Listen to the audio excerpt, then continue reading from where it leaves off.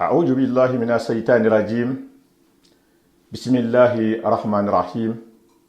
السلام عليكم ورحمة الله وبركاته. La paix et réconciliation au jama qui ana musulu ntendina mo aldoho aldinge alkumutani ho Mustafa Sawan. Hana futa hal konto mbari nya contrôle la muslimi ya contrôle la tigninta ya contrôle e comme dal tala nya menna. Mbental jam ko hanyo na lo sido kan silo memo siratal mustaqim masiloti. Nse dunia yin soto nyamen na mafo alkiyama lo me fo non na lon nalko ne alhaji go dole be hon nabi na fon ninke alhaji bafo de jabi Atlanta Amerique mbe jama tarala men na fo do ala fon ninke nye sima yala anin jate kende yala fo ala men se lon na bo akko moto anin telephone be ko moto parce que londo ku kende balam fon ninke ahala kanu ahala kitabu kanu ahankila kanu sunno la fasalalam nkila kanu wakamala menna na wala hada da kambi wala hada men nabi muhammad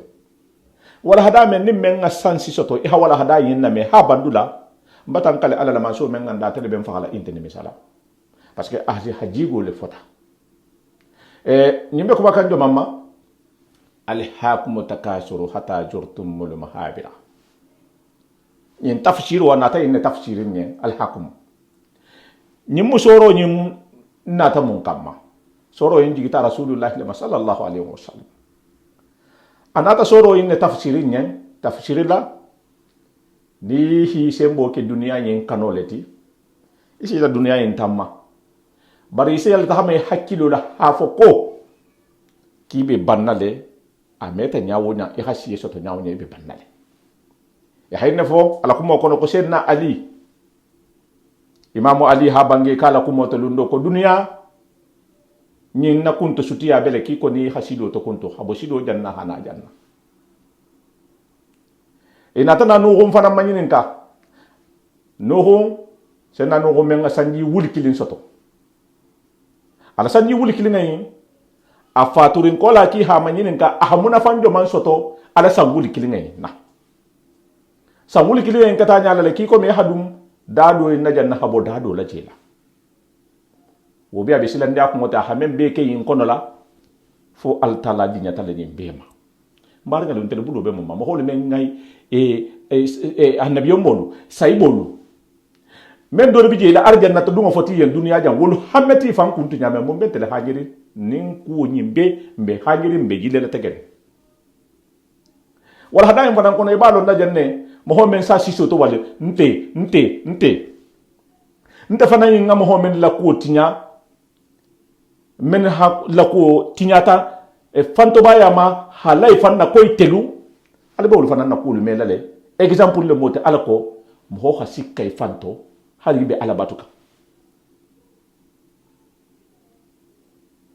ali ba jela janne fana wal hadayin kono mari di ba ma safoni sire la gongon di robe nin kono ko mbatar la je de jahannama bi je arjanna bi je dula fulo innam beta hala minto ala mon takala arjanna lati bar wo so to nyamen na ni nga wala hada en metu mado ala sendema ni sekiti kisi masola disuboma ala mon takala to nyimate ala hawala hada en na ustab jubala wala hada ala hala me ha bandula mo hola banga be kala banga lati hali hasan woli kidin soto e comme nuhu a dunia yin kunto hasuto na ustaju la wala hada ala hala me ha bandula ala hake sabuti mo ko telefona ngala me wala hada le bijambe na reti ne ala hala ni ne ala me honna fannin jata kende ya ben fateto insha Allah ala ba fero di limma me na ala wala hada tele jam ala hamende da kan da jam ko ma ba tele ko kase mo holela kisi men nga diayen fo wo se siya nyamenna ha ben kuna ta kamanya nin daji goluma hafadiyan ko salamullah alaikum warahmatullahi wabarakatuh mbalu ne ustadi babla alhi bafodi mbafala en ko bismillah innahu wa nastaghfiruhu wa nastahdihi wa na'udhu billahi min sururi anfusina wa min sayyiati a'malina man yahdihillahu fala mudilla lahu wa man yudlil fala hadiya lahu وأشهد أن لا إله إلا الله وحده لا شريك له وأشهد أن سيدنا وحبيبنا وعجيمنا وقائدنا وقرة أعيننا محمد بن عبد الله عبده ورسوله. عباد الله، اتقوا الله تعالى حق تقاته ولا تموتن إلا وأنتم مسلمون. يا أيها الناس اتقوا ربكم الذي خلقكم من نفس واحدة وخلق منها زوجها وبث منهما رجالا كثيرا ونساء واتقوا الله الذي تساءلون به والأرحام إن الله كان عليكم رقيبا. أما بعد، فإني أوصيكم ونفسي بتقوى الله العلي العظيم. قال الله تعالى في القرآن الكريم: اتقوا الله حق تقاته ولا تموتن إلا وأنتم مسلمون. بارنغلو السلام عليكم ورحمة الله وبركاته. Batal konton Union de la Paix City bata jama sidingo be konton haba londi lalma karamokol ma kataka han auditeur ma créateur le président alun na contrôle sidingo be la deninga ye fen iko ko la ilaha illallah muhammadur rasulullah nkila ko wolu be mu barin kidinga lati. Alhamdulillahi alladhi hadana li hadha. Tanto be senia mansoyen mansomi na kan kanta mansomi na ben na tangarin mansomi na dunia to tego kunya be ba telebulu na ligiyama ba telebulu mansomi na ka kando la nyini minya wala se kanda mbatatra kando la akambe kanda no tambita. Alhamdulillah benala kumala altala la aya bali kambis ayo min ni atala halajiga la kila dinga sallallahu alaihi wasallam mimo muhammadu ti muhammadu atala khul matoko ma yantiqu anil hawa. muhammadu bin ne femfani diala asefenne fo min fotaye asefenne la si min dunta wulu khafatan amarigo la subhanahu wa ta'ala. wa muhammadu altalaha adali ko ngan ya kha muhammadu wala adaji golla anake barolla. wa muhammad sallallahu alaihi wasallam ibnu adam digala muslime ya me ben fi qabla minna sunna ko ibnu adam digala muslime ya me ben fo muhammadu kanu watuya muhammadu sallallahu alaihi wasallam atleketa annabi ummu foloti atale mala bangati e kana ta kitabul kono nyaminna. wa ar-rasul sallallahu alaihi wasallam altala ka akhakin kan hakene malati dunia bela deninga wonemo alhamdulillah mfelaw kun nabi wonemo dole muinti bela dindin jang ka muslima ya nyasi fa nyoko nyen kanton se kan mimme wala khatla be nyam mohi imefie lunteje memo yomal khiyamatuti hafoko ibnu adama dingala lungo ibe min kala dunya to tego ento womu lunneti ibe dungo mimma ko lungo mimbe banna parce iko ko ad dunya darul fanae ko dunya mu dulalati feminte tulama mimbe banna. donc abi ibnu adama dinga jusku to kina tajam barat la bi kola sagi lale ika kambaru mi inyamma kele la ngarinti ya kono dunya tigo into wake alquran wani kila la siloti sallallahu alaihi wasallam. imam na ali radiyallahu anhu akala kuma kanga doto ako ibnu adama nyamutula dunya kono la isafo iko silato tegela iko silato kuntula Wasiyato kunto irale ki besilo koko janna ni tege takata koko janna dunia ni algiyama ka tu yente. Sayyidina Nuh alayhi salam aka sanji wakilin soto dunia kono ala sanji wakilin wa kabra afatu tay khanininka ko Sayyidina Ali ko Sayyidina Nuh ila dunia to tego sanwulu kilingai yo nasihatu jumam bembulu ika benefice min sotala a ika ku min soto dunia kono la ani wakatu la janya ni nyasifa nyamba ku fulala be ibn adam dinga bulu dunia to rasulullah hadiso na tato ko mo siyaman se bono la ku fulo woto ku fulo munti asaha wal faraq wala mu kende ati anila wakati la kulungo ina mu bato kela wakati min kono ni ndo ka wakati la kulungo soto asake kuleti kumi nama nafaha fa se toro aliyama. Nuhu alayhi salam aku kala dunia to tego kono la abe sewari ku kilina amari go khake annabi mati khake kila dinti be asiko bala yara akabaru minke ala annabi moya kono ala kila ya kono yala eske altala sonta ya fatama bo afula nyogo mo femminti ako ko dunia to tego periode aka waktu minke wo ken na ke sanji wul kilingo ketayenne ikoni idun tabungo beloro mbunda fula bala ka dun da bala ka takabo dadola isa waktu minke jesenna no ko ka ala dunia to tego sanji wul kilingo ketayen woleti okono alhamdulillah mbena la kumala munkan iko ngambula je ko na darso titro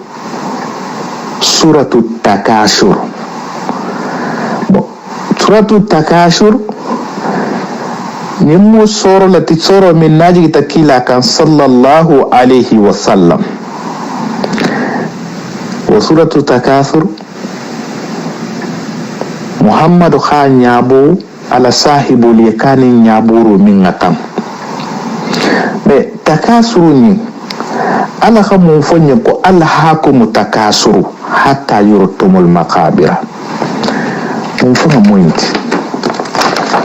dunya tego kono ibnu adama dinga inya malonna ndata mun kamma mbe mun na dunya to tego ento mbe bola janga taja mbe kala di mbe kala nyon nyaadi ala na ta kitabu kono ko nte altala khalbla al khalbalu ni khabalu nte altala sonta ala dimba la den khibalu mais al kanani la fenku fenna abe sigrin mu'mino linya algiyama mimmo arjannati al so fana ni nen dunya tego en kono mo ni tata algiyama altala ko ikana kila ko ime asire no khafo ko itamu arjanna dingalati fanni isim fulo be manta ka dum arjanna bundala abubakar siddiq ako ka malala hambi atebe jamme khafo ko harasin bulba singala tala khala dum arjanna ko na marasinga man dum folo ko hambi aman kura asiri la khafo ka batake arjanna dingati abubakar siddiq mimbe mogo tanga min ni la sewata arjanna la abakar siddiq be mo kholu kono donc o kono bari ngalo mun sayiti tela e khallay fanna 100% afa konta mu arjanna dingalati nte mu wolilati hakumay ka khidiya nyamin ha foy ka khidiya nyamin ha ke ka khidiya nyamin wokono alhamdulillah ni ga dunya to tego nasara iko ka kunto sutu ni ko ka kunto sutu inte dunya sala na ga sawul kilin soto na ga sawul fula soto na ga sawul keme soto ite be sanga min kela dunya to tego kono mɔgɔ min ka kuma fɔlɔ fo o si ye kɔnti a k'o le jate san 30 san 20 san 10 san 7 san 8 la san 40 san 60 san 60 la i tɛlaw wagatu i bɛ min kɛla duniya kɔnɔ i k'o le ma ko duniya ka sutu i bunu adamaden ye pourquoi sɔrɔ ye jigita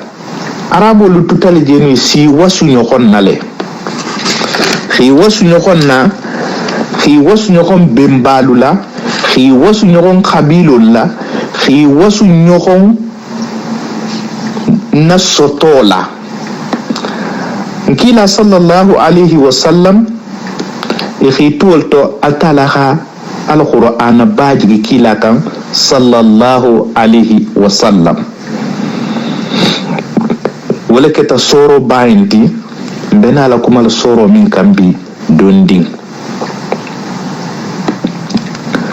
atala la bangela mo khafo ko khabilo betenne betenne arabul la waso hanga trabitu hanga buro kono mbembal la gafise bembati a inta gafise tindinga la saka nana fulu la saka ni be gasiyeti nte kukumoyin ni khala sara alquran kono mo sababiji nte hafu kunte abenta altala lema mo khola kumoto ni man hakili sotatro ise jahannama subhanahu wa firawna koko ana rabbukumul a'la ko nte la mal mari goti min beto yelli shaytan koko setan khayita alquran ko to momi ala kayen kaka sujudin bembaya ako ana ghayru minhu setan ko kon ta khafisa ati jonti adama dingati numurur bun kanhan kafir bawo ko yeta ko ana kukumo inte kukumo wo fanan ko ana uhuyi wa umit konto seno la khamo faranse no la khamo ngante ya donc ana kukumoyin ku bale bano fe atala ko ki wasu khabilullah iko arabul sakanya minnu na fami rafse la famiti na nafulo rasiya la nafuloti ndingal ka baraka dingalti ndingal ka siya dingalti e khayin samba hanga tra gaburu to ka taki wasi to kon bembal la fananna atala ko ya ayuhan nasu inna khalaqnakum min jakarin wa unsa wa ja'alnakum shu'uban wa qabaila limadha lita'arafu inna akramakum indallahi atqakum innallaha alimun kabirun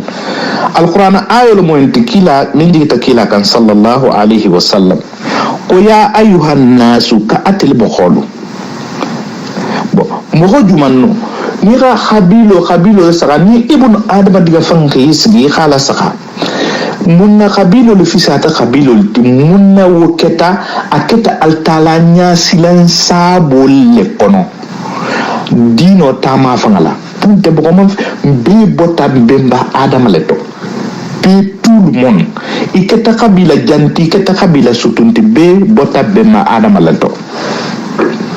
atala ko le palo kono ko ya ayuhan nasu akatil mukhulu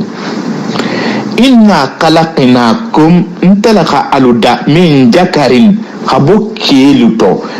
keto kejuma ya dimba adam wa unsa anin musoto musujuma men hawa munna ko ke ko waja'alnakum shu'uban natal ke bitgu halibula eta lu kono halibula jamano lu sigi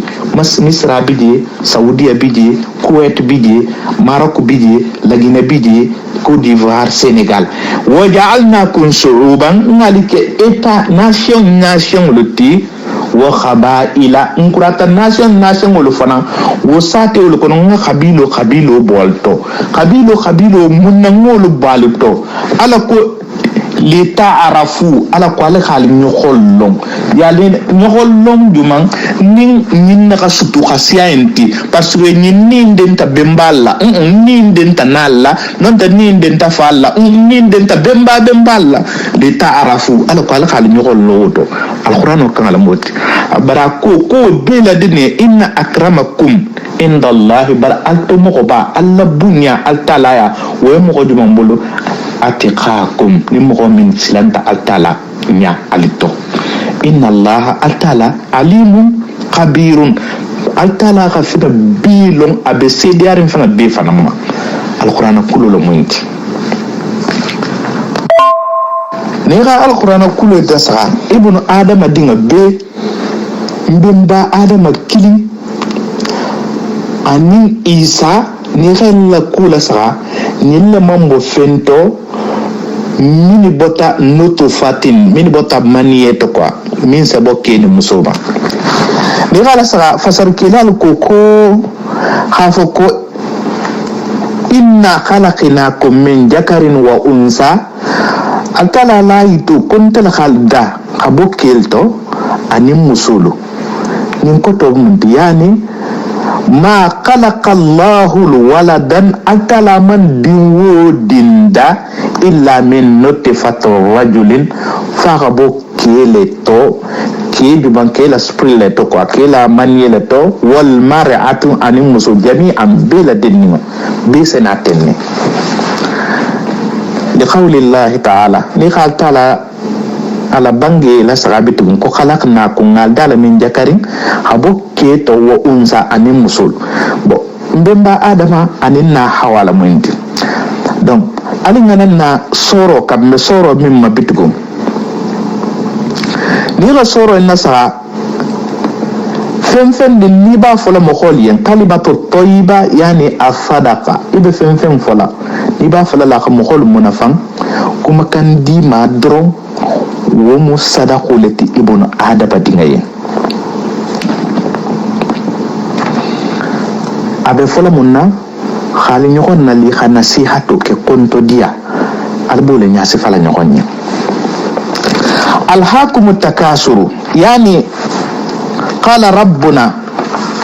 alhaakum takasuru hiya fi'lun alha wal kaf ضمير متصل مبني في محل النصب يعني مفعول به والتكاثر فعل متأخرا مفعول لماذا المفعول تقدم على الفاعل حفظوا الحاكم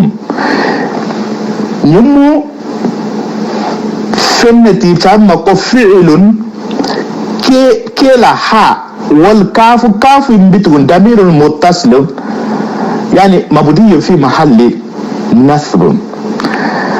كو نايك لا كسي فلاله نيكو سان كو لا موينتي كو نين wotogo bije wotogo ne koko akela fanan togo bije akela torne ka akela yani safulma arabu kan toko al maf'ulun fina kela bon fina kela ni rasa altara ko nyen ko al hakum takasuru yani al ma'ana anna siqalakum bi kathara بخلصكم على أن تتكاثروا في أموالكم والأولاد والجاه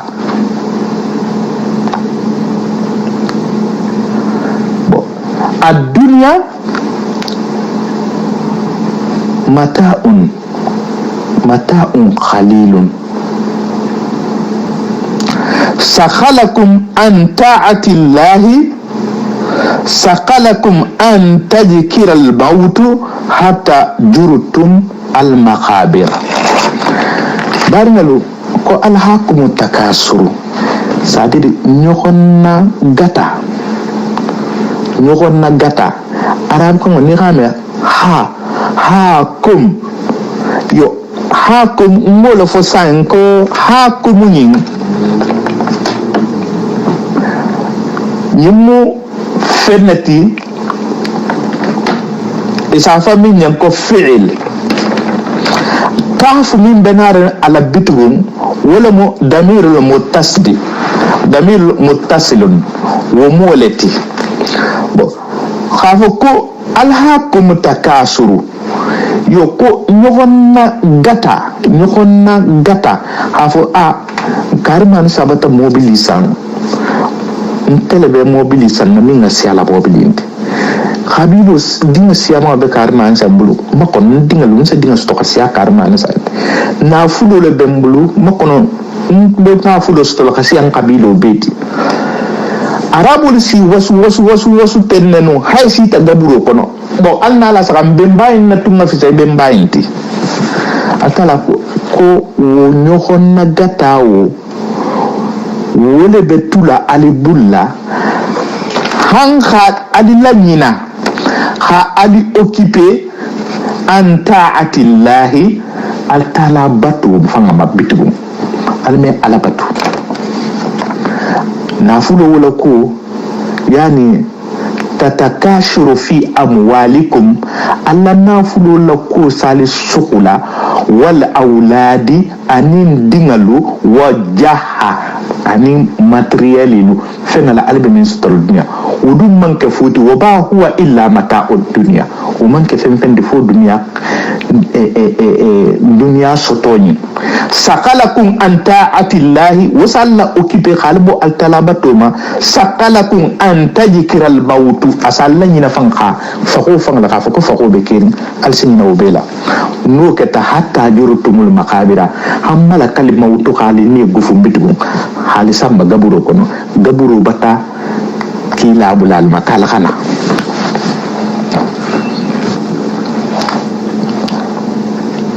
baringalo alhamdulillah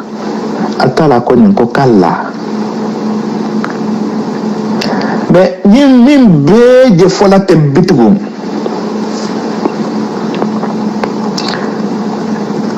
hafu ko explication min naje dila abe ko mo monti bitugo ni si ta gaburo kono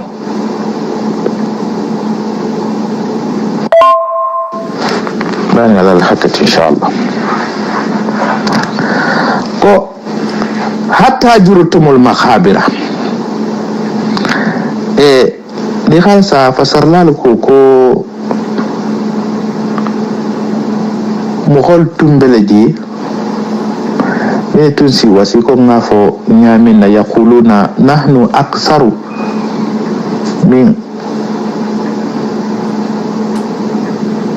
min bani fulan wa nahnu أعد من بني فلان وهم كل يوم يتسخطون على آخرهم والله ما جالوا ذلك حتى صاروا من أهل القبور إتتنين كان قبيلو قسيا قبيلوتي قبيلو لكني قبيلوتي قبيلو لبكرني قبيلوتي قبيلو لبنافلو سطوين هاي تاتسي قبروتو mahingalo atala dun ko ne ko inna akramakum indallahi atqakum janga fe min be malang atala makunten dodo la ko ka alla bunya atala ya bo min silantate atala nya bunyanta mo bulu fo mo min silanta atala nya yawmal qiyamatu kuma sala ko yeshende porque mo min silanta atala nya wodoron nebe kisiri altalaya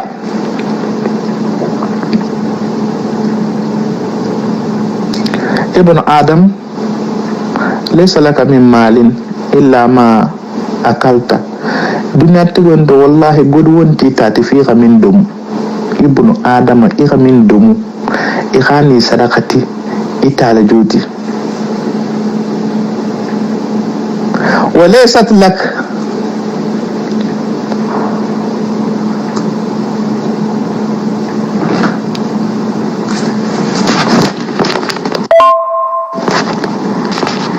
وليس لك شيء في الآخرة إلا ما صدقته فنتي بولا القيامة فنا فيقا من دي صدقوت الدنيا تتقوينتو adala ko nyen ko kala sawfa ta'lamuna yani mumoti alisena along tumado albalon nale albe mulonna fi ajabul khaburi gaburu yakan katu albe na lawo jelal folo gaburu folo yakan katu albe na lawo le folo jela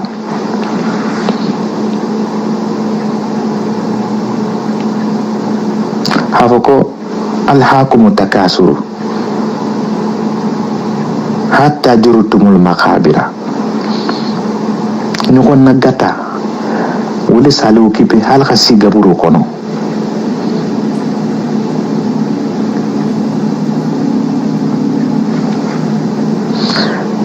kalla sawfa ta'lamuna yani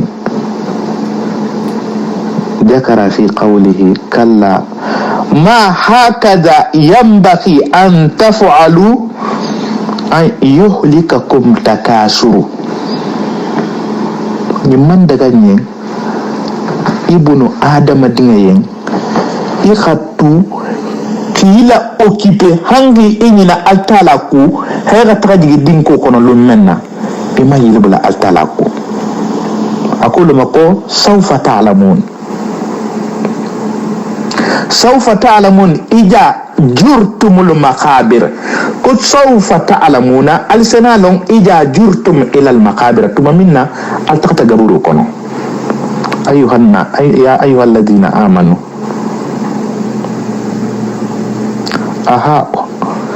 aha hum takasuru wastikhalukum bitakasur fi dunya an ta'atillahi rabbakum yo nogon nagatanye sens nsukula han kanyina gaburoku kanyina batoku atala fangaye summa kalla sawfa ta'lamun summa hadha yani summa ma hadha yanbaghi an taf'alu an yuhlikakum takasuru bil amwali liman daga ibnu adama dingen iman da nyinin do nyin kamma iman da nafulu en kamma idata batule kamma wo nafulu nyinin wo kamman kan khila occupé hega nyina batoku hega nyina kafo ko gaburo bidi sawfa ta'lamun ija jurtum al makabira al sanala nal sita gaburo kono ma talqawna ida antum jurtumuha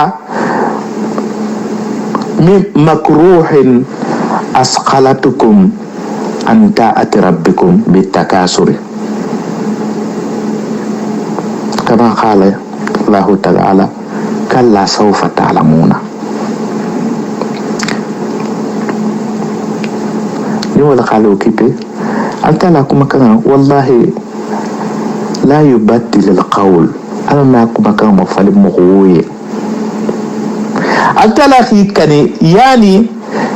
akhafu alquran sura kiliyen kono kalla sawfa ta'lamuna marratayn لأن العرب إذا أردت تقليد في تقويف ni nyanta kima silang arabu kan fronto na bi masilanna la silan do metam bi femmin na few na ku yen ko wallahi alon ko kula moti altala ki kalija wala sinya fula ko kalla sawfa ta'lamun ko wallahi tumado albina la lon nale sinya fula ayo en haju kinonna ako ko summa kalla sawfa ta'lamun إذا أردتم تقليد في تخويف وتحديد كرروا كلمة مرتين لأرابو لبي anyala itile kunya mukumu tala seriele sa janga mi voko seriele asa sagila maka répéter atala kha ni répéter yen wolela ako kalla sawfa ta'lamuna summa kalla sawfa ta'lamuna wallahi albalon name ija jurtumul maqabir tumo min nalji tagaburu kono la المؤمنون وكذلك كان يقرؤوها بحبت المؤمن الفنان إسا أكرنها فهمنا إن فنما أتلا كو كلا أمن كو لو تعلمون نالخال لنن علما يقيني دانكني أفغان لجاتي من بالسون دوميتو ما ينبغي an taf'alu an yuhlikakum takasuru ayuhan nas nalbalon din nun netti almeson nin alla sugula halagul la sialma halla si gaburu kono law ta'lamuna ya ayuhan nas ilman yaqinan anna allaha ba'asakum yawmal qiyamah min ba'di mautikum na ibnu adama dinga nal khalon nal ko attala balla wulla la gaburu ko kana ti yawmal qiyamah to kali ninka min ba'di mautikum alfa qola khabo min khuburikum khaballa bu gaburu kono ma ahalakakum takasuru wallahi nyokon naga time nalukum na gwa halagi halaka si gaburu kono anta atillahi khalbo alabatu kan rabbukum almariku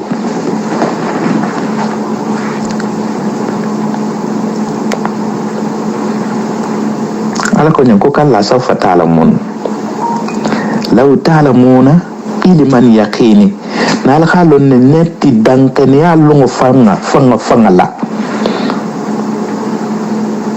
meni kala sa kunna natahaddasu anil ilm al yaqin ay ya'lama anna allah ba'asahu ba'da al maut nse mfonna kumol kono na muslima ya kumol kono nda dangane ya kumol kono khafo ko altala bedna wulla la kam maynin kayo mal qiyamatu ni wo dangane ba ya bila net altala ko ka dangane afana ngatula ni soto khafo ko sikka wondin tala la tara unal jahima ibe jahannama jalala ko fenta abai la tara unal jahima yani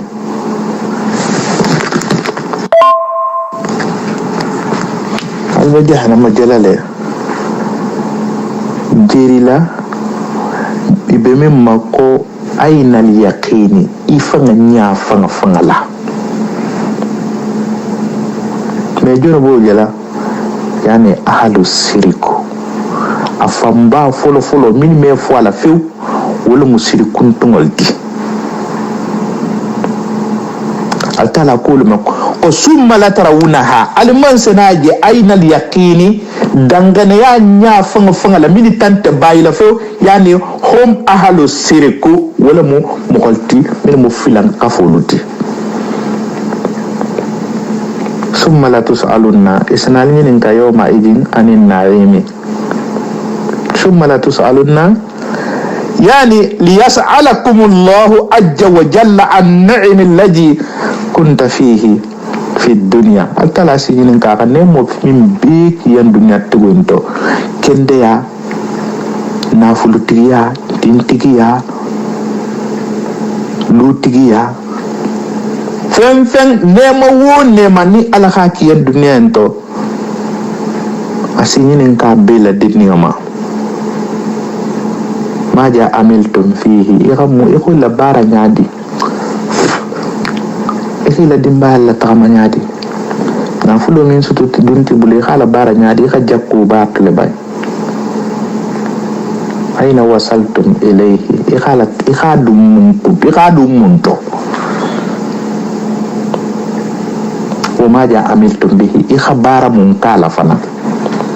altalasi bin kaymbila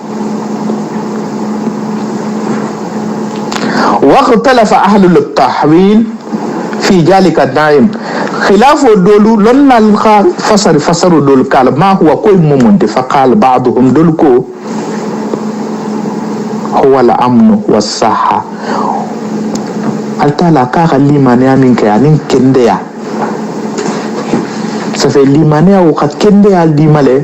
ليمانيا خي سيغي بلاتو إنين جاكون تسيغي ريمي حمري إساسينو خاني مالا بكو بيكلا مالا كو ألا سينين كاميم ولما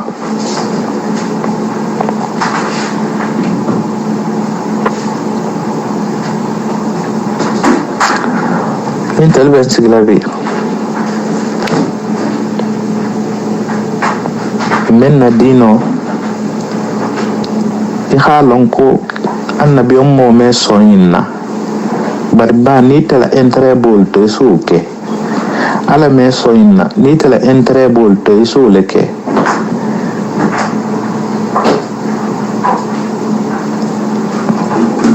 nkila man dino sambatende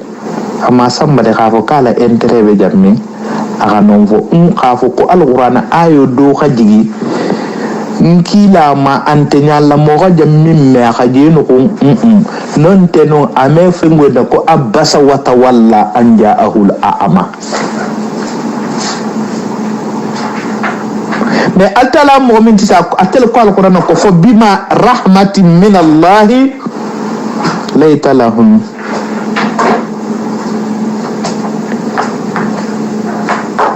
ولو كنت فظا غليظ القلب لانفضوا من حولك atala la nemo agamin ke ta prophetic kan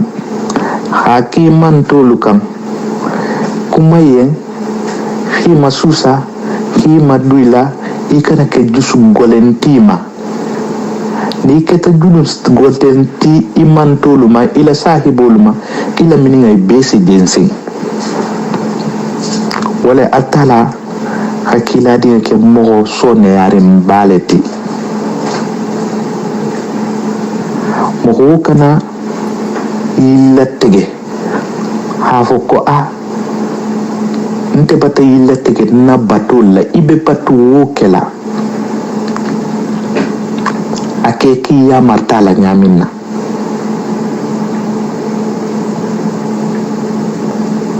la tego bitu ekhoto altala bulu anin dua mataman sutara akalaban kunyima dimbela deniyama mataman sutara ahambe kisi jahannama tama mataman sutara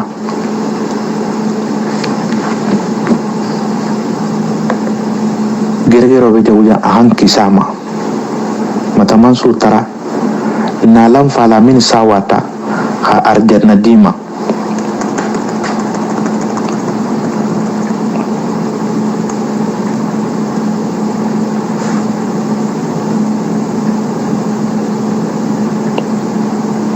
ثم لا تسألن يومئذ عن النعيم asinyinka nemo la londla dulko ko nema juma moyniti asamu wal basar was-sahha al badan dulko ko amero minkiye ibe kawandul mela inya be safero dijala ibe mero kala be jero kala fati kende abibulu ko altala bi nin kala wonne molla abigin kala ne molla de fusina bayi bambata manso tala ala ma kala ban kuni ma wodi mbela de ningama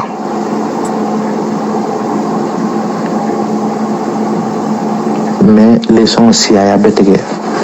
ala ko bari ngal ha fahamu bedan na jang safu jama'a be assalamu alaikum wa rahmatullahi wa barakatuh. Wa alaikum salam wa barakatuh. Ustadi ba fode ko barka atade men jana iname ha bandula yandi alani annabiyen alu tuwa foninke nyen shima yala khadwa yen jati kende ala khadwa na nyo lien wal hada men sen nalo sila kendo kam wal hada dinya sifay no bunya kam famaji ko kam fo alamen sa atu yin silo kan hashima ya hajato kende ya halon nabo ntelu nate ko moto mbata wal hada lame al hakuma takasho hata jokto mulum habira ha afasaro yin tafsiro yin batame ne membe lari la godo la belari la katikati la belari la etage la belari la reveni la tala beta gongon diroke mbatar la jele de mbatar la jele ne nim fanda ni mata khata ibatar la jele ni nim fanda ko ngota khata ibatar la je woto alamun nim fanda ni mata khala mbatalon ha fo ko dunya inte tu suti mbatalon ko imeta de nyaaw nyebe takhalale ba nuhu sandi wuri kina ko de soto atakhatale woto dunya ko to hasuto ala ngati hakkido la ngambulo do ni hombulo ala nyanya honna bula sila kendo lu kam ala ngake ni honna tangalati hafali an kalni na ustaj bay ne tamba to alay ba fodi wal hadal be nare ni ala son tambe katalale ni ngawala haday ni di jangu jang mbabula lal shakoto be youtube la be facebook la be whatsapp la wala haday no fana ni men nyanta kolomoma ni hala me youtube la ni te nyalta akolomoma whatsapp ma se sotole ala ko hala tammi nyoma inshallah ala ko hasiya sidulalto alne ustaje alhaji bafude jabile trambato depuis atalanta amerique waxto yin alnal ntending al doho al dinge al kuntanyo mustafa sawane union pour la paix hafalen kan be wala khada kuta inshallah ala mo be jato kende ala